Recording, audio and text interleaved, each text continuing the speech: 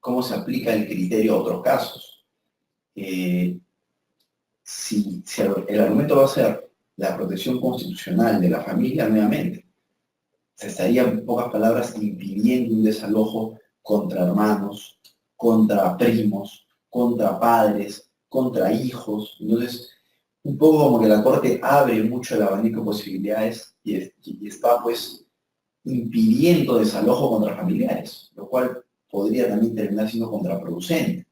Y nuevamente, en este fallo, una vez más la Corte contradice lo que había dicho en el cuarto pleno.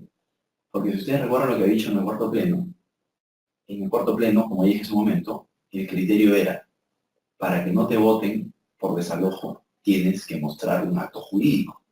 La pregunta es, en este caso, los abuelos tenían un acto jurídico, la nieta les había dado algún derecho sobre el bien, les había vendido el bien, se los había alquilado, les había dado un derecho, nada.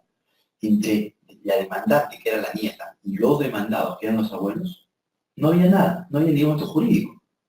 Y pese a que los demandados, abuelos, no tenían un acto jurídico, la Corte optó por no votarlos.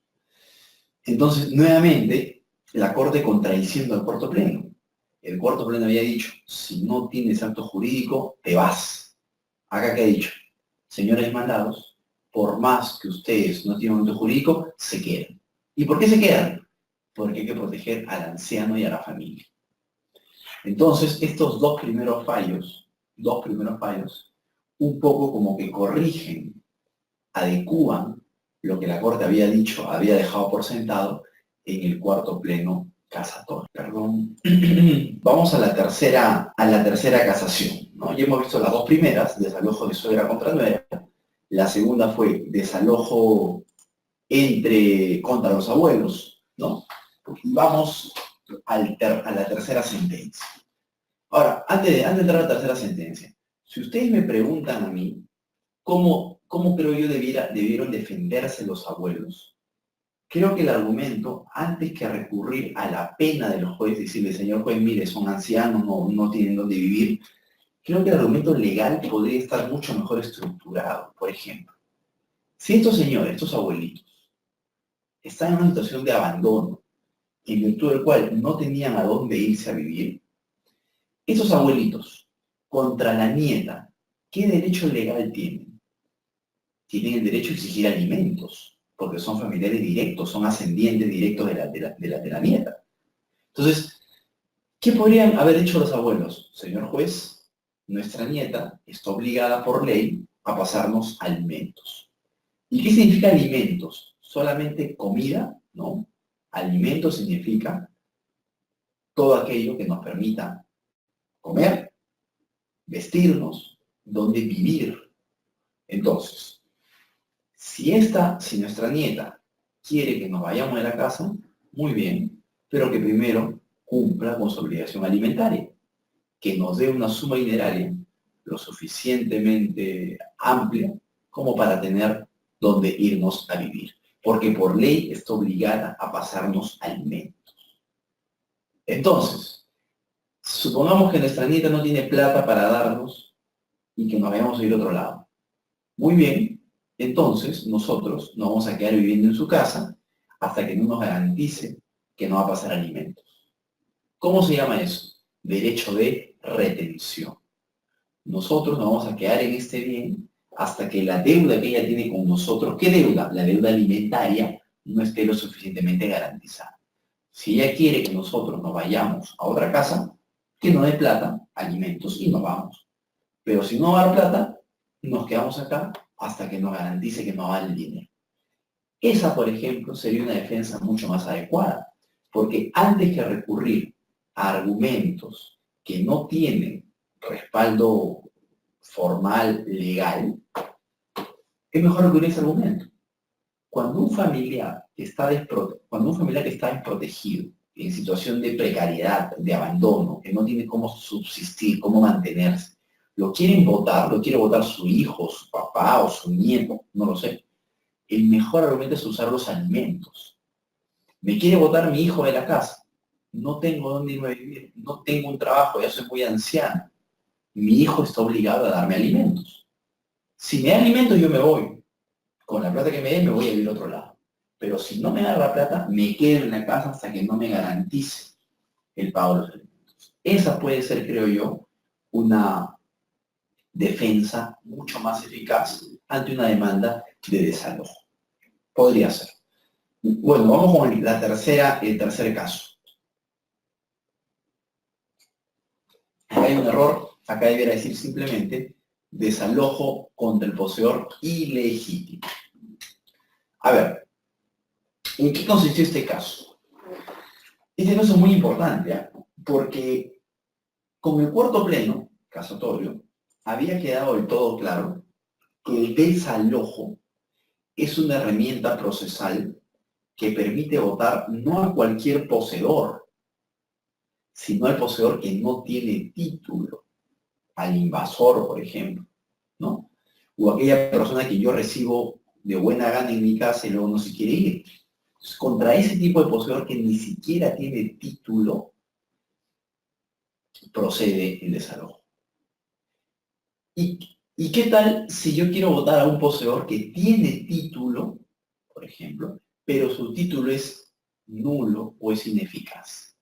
Si un poseedor tiene título, pero su título es nulo, inválido, ineficaz, ya no es un precario.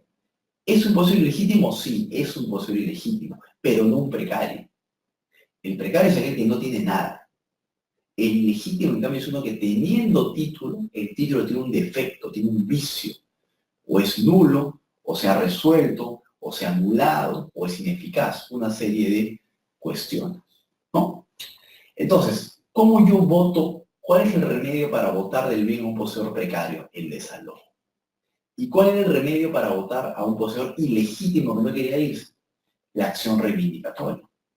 Contra el poseedor ilegítimo, formalmente no procede el desalojo. Porque cuando yo le mande por desalojo, él se va a defender y va a decir, señor juez, no me pueden votar porque yo sí tengo un título. Acá está mi compra-venta. Entonces, si yo contesto y digo, señor juez, esa compra-venta con la que el demandado se está defendiendo es una compra-venta nula, formalmente ese tema no se podría ver en el desalojo. Porque si quiero probar la nulidad, eso requiere una instancia probatoria más grande que la que sea un desalojo. ¿Dónde podría yo cuestionar la validez del título? En la vía de la acción reivindicatoria, no en el desalojo. Porque el desalojo justamente, como es una instancia muy corta, no admite un análisis muy profundo de la validez o la nulidad del título del demandado. Es por eso que hasta con el cuarto pleno había quedado clarísimo lo siguiente. Contra el poseedor precario, o sea, el que no tiene título, desalojo. Y contra el poseedor que teniendo un título, su título es nulo, o está resuelto, o es ineficaz, la acción reivindicatoria. Eso estaba claro con el cuarto pleno. Lamentablemente, con esta sentencia que ven acá, Casación 2156-2014, nuevamente se ha cambiado el cuarto pleno.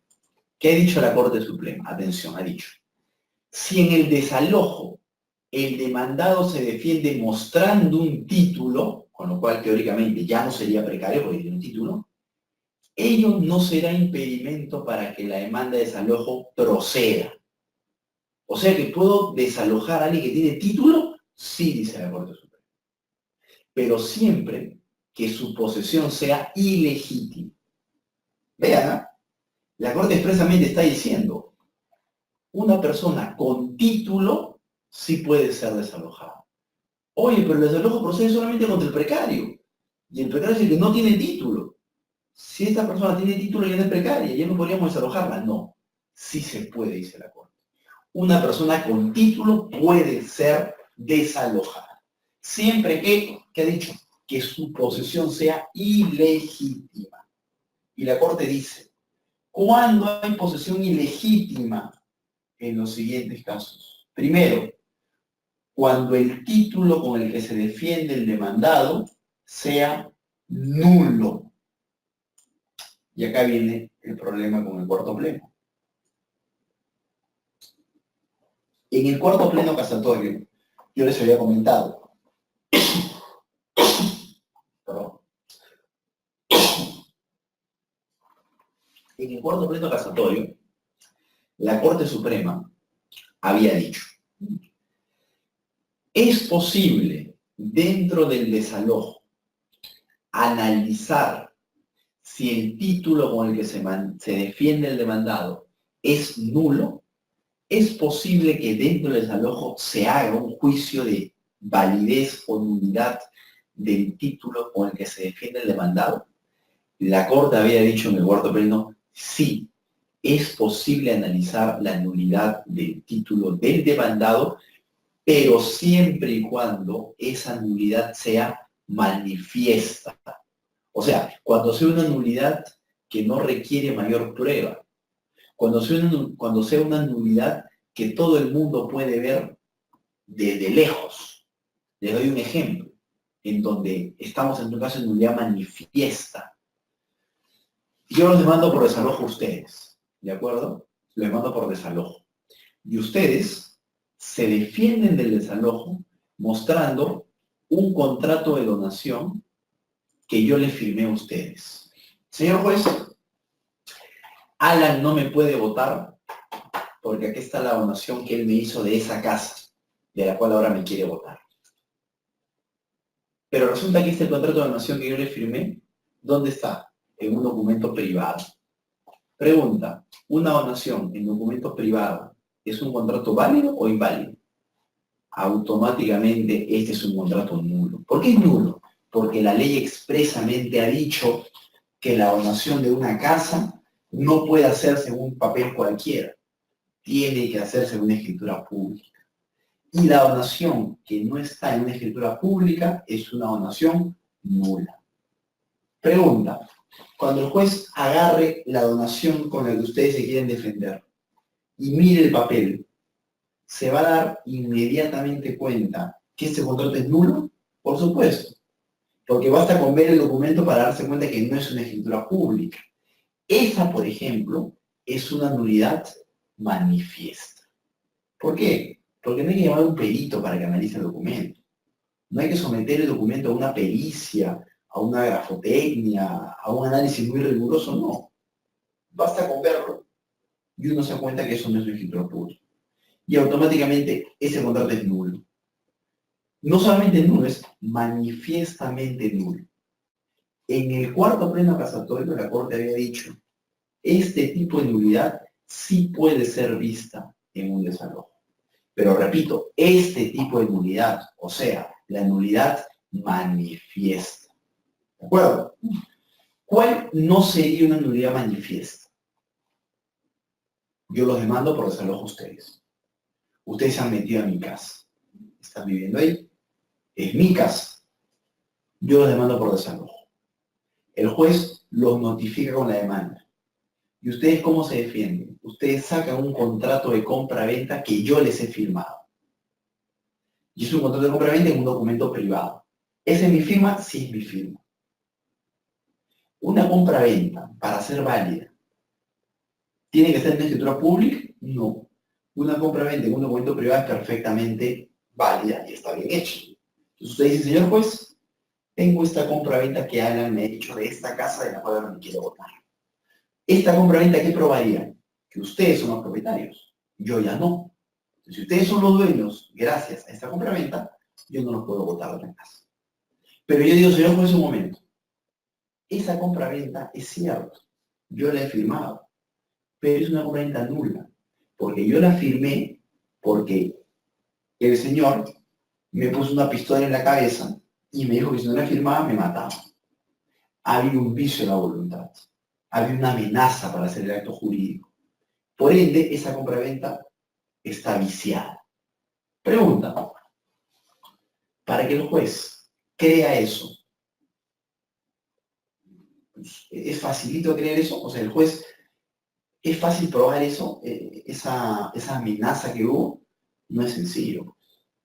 Ese vicio del contrato, ¿es un vicio que se aprecia inmediatamente o requiere mucho material probatorio?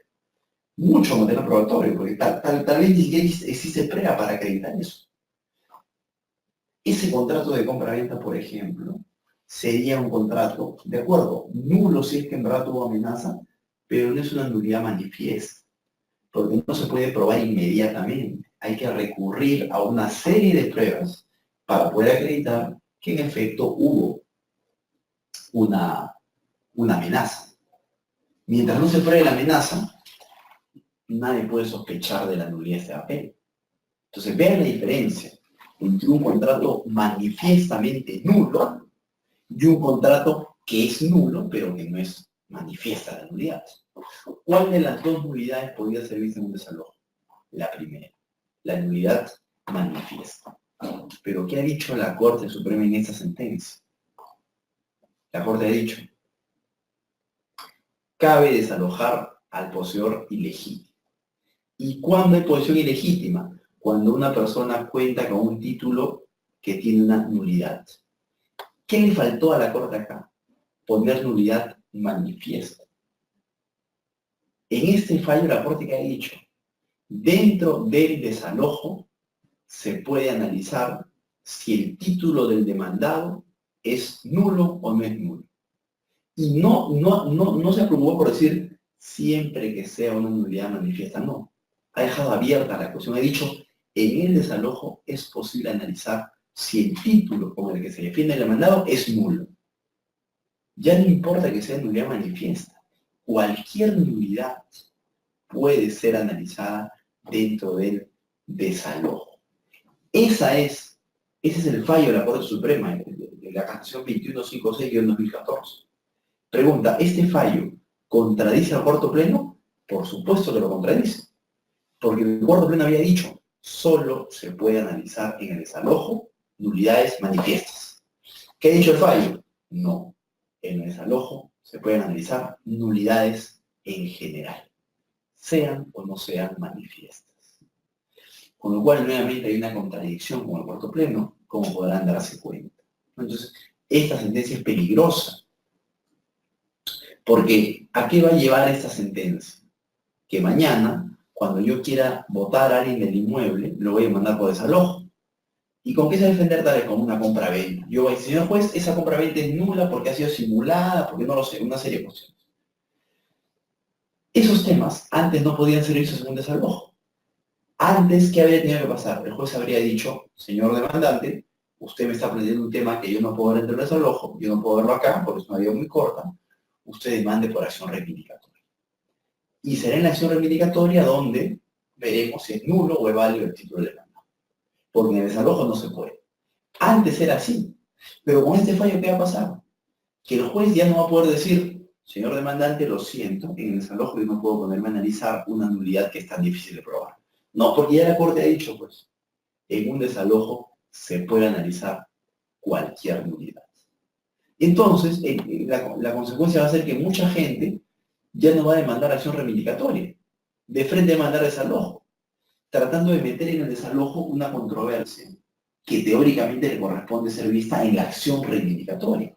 Entonces, más gente va a plantear acción de desalojo, creyendo que el desalojo va a ser más rápido, pero en verdad no va a ser más rápido.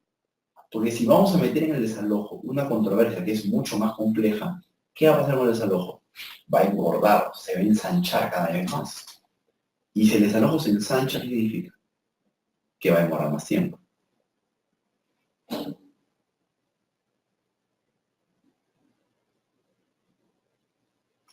Con lo cual, formalmente hablando, este fallo a lo único que va a conducir es a que la demanda de desalojo aumente, la demanda de reivindicación disminuya y los procesos de desalojo incrementen su tiempo de resolución. Con lo cual es un fallo que, creo yo, empeora las cosas, ¿no? Siguiente casación. Perdón, esta está repetida, me parece. De un minuto. A ver, esta es una nueva casación, la cuarta casación. Ya hemos visto, voy a sacar esto, perdón. Estoy corrigiendo el PowerPoint, se había duplicado acá la diapositiva, cuidado, ¿no? La 2156 es la que acabo de comentar, aquella en donde la Corte Suprema ha dicho que dentro del desalojo se puede analizar cualquier nulidad. La siguiente casación es la 1469, que debiera titular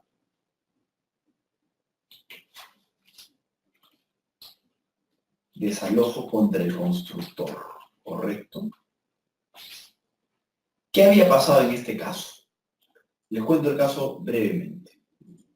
Aquí era una demanda de desalojo contra una persona que aparentemente había invadido un inmueble y había construido en el inmueble, que no era suyo. Entonces, el demandante, propietario del terreno, demanda desalojo contra este invasor que había construido. Y el invasor usó el argumento que casi siempre usa una persona para que no la vote. El invasor dijo, señor juez, cuando yo me metí aquí, esto era un terreno y ahora yo he construido 2 pisos. Entonces, no me pueden votar porque los pisos son míos, el terreno será del señor, pero los pisos son míos. Entonces, si quieren que me vaya, primero que me paguen el valor de la construcción. Ese argumento era bastante usado, ¿no? Siempre hacían eso, los invasores hacían eso. Se metían, construían, y cuando querían votar, ¿qué decían? La construcción es mía.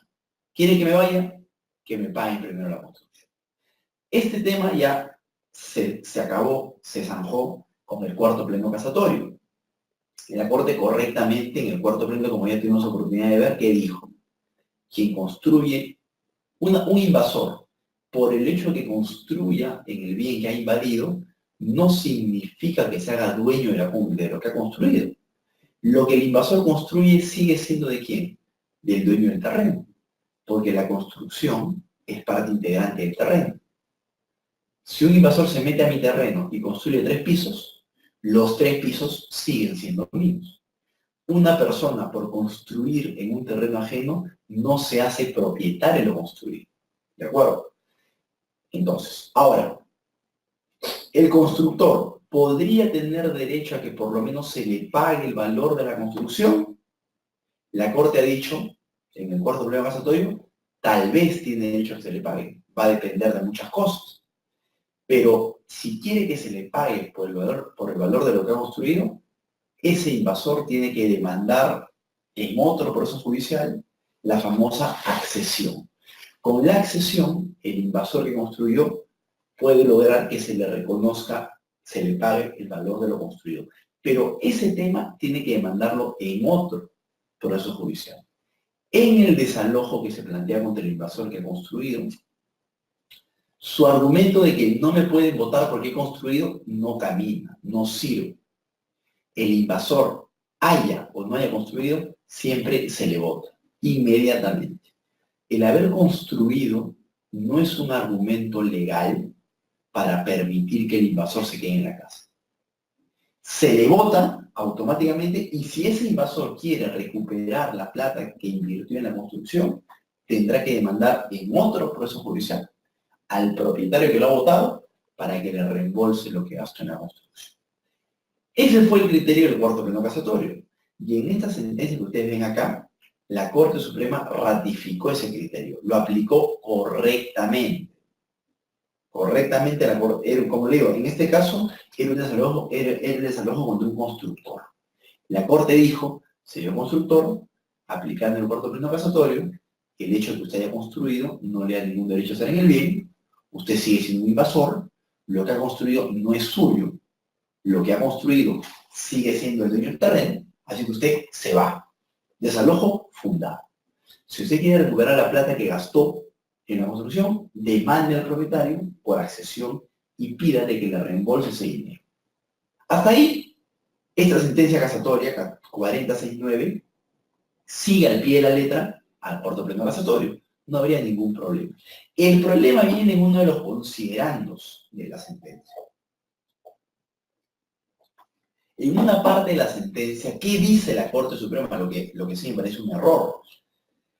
La Corte ha dicho, vean, el artículo 911 del Código Civil que define al poseedor precario exige que para el desalojo el demandante debe acreditar su derecho de propiedad sobre el bien que pretende recuperar.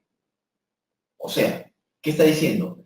Para demandar por desalojo hay que ser propietario. Y no solamente eso, el demandante en el desalojo debe probar que es propietario, tanto del terreno como de las construcciones. Y esto creo que es un error. Y es un error por una razón fundamental. Primera razón. En este fallo la Corte está diciendo, para demandar por desalojo, el demandante debe acreditar propiedad. Pregunta, ¿eso no se contradice con el cuarto pleno? Sí, se contradice por una razón muy simple. En el cuarto pleno, la Corte Suprema había dicho de forma contundente, no solamente puede plantear desalojo el propietario, sino cualquier persona que tenga derecho a poseer. Hay personas que tienen derecho a poseer y que no son propietarios. Por ejemplo, el arrendatario. El arrendatario, yo soy propietario, por ejemplo, y le alquilo mi casa a ustedes. Ustedes son mis inquilinos, son arrendatarios. Están usando ese departamento que les he alquilado. Un buen día se van a trabajar, regresan y se ha metido un invasor. Pregunta, ¿pueden demandarlo por desalojo? Si aplicamos el cuarto pleno, ¿quién puede mandar por desalojo? ¿El propietario nomás? No. Cualquier persona que tenga derecho a poseer. Pregunta, ¿ustedes tienen derecho a poseer?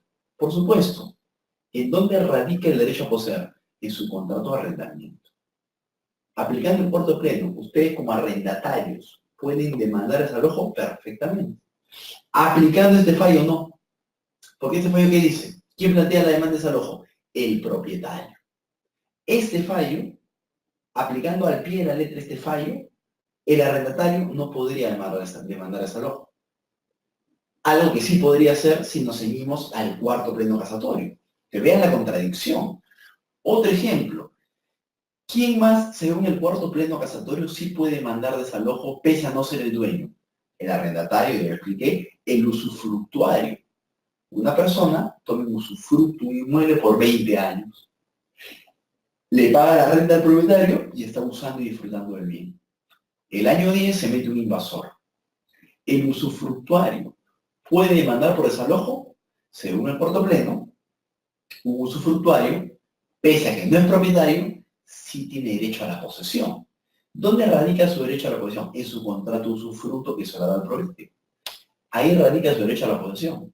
Gracias a ese derecho a poseer derivado del contrato de usufructo, ese usufructuario estaría perfectamente legitimado para demandar por desalojo. Entonces, aplicando el cuarto pleno casatorio, el usufructuario puede demandar desalojo. Pero aplicando esta sentencia no podría, pues, porque según esta sentencia, ¿quién es el único legitimado para demandar desalojo? El propietario. Con lo cual, un usufructuario aplicando este fallo tampoco podría plantear desalojo. Vean la terrible contradicción.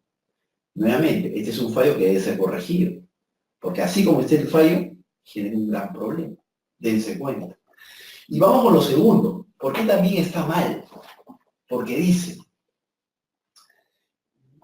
no vas, aún siendo propietario, dice, quien demanda desalojo siendo propietario debe probar que es dueño tanto del terreno como de la construcción. O sea, si el propietario prueba que es dueño solo de la construcción, pero no del terreno, no podría plantear desalojo, lo cual también es un error, por una razón muy puntual. Imagínense ustedes que yo soy dueño de un terreno, ¿de acuerdo? Y yo les doy a ustedes un derecho de superficie para que construyan sobre mi terreno un edificio, si quieren, por ejemplo, ¿no? Un edificio. O un centro comercial, no lo sé. Entonces, gracias al derecho de superficie que yo les he dado a ustedes, ustedes van a ser dueños de lo construido, pero sin que ello abarque el terreno. Porque justamente el derecho de superficie permite dividir, por un lado, la propiedad del terreno, del suelo, y por otro lado, la propiedad de lo construido. Ustedes, como titulares del derecho de superficie, van a ser dueños de la construcción, pero no dueños del terreno. ¿De acuerdo? Entonces, imagínense, ahora, ¿por cuánto tiempo es esta división? por el plazo máximo de 99 años. Se puede pactar menos, pero no se puede pactar más.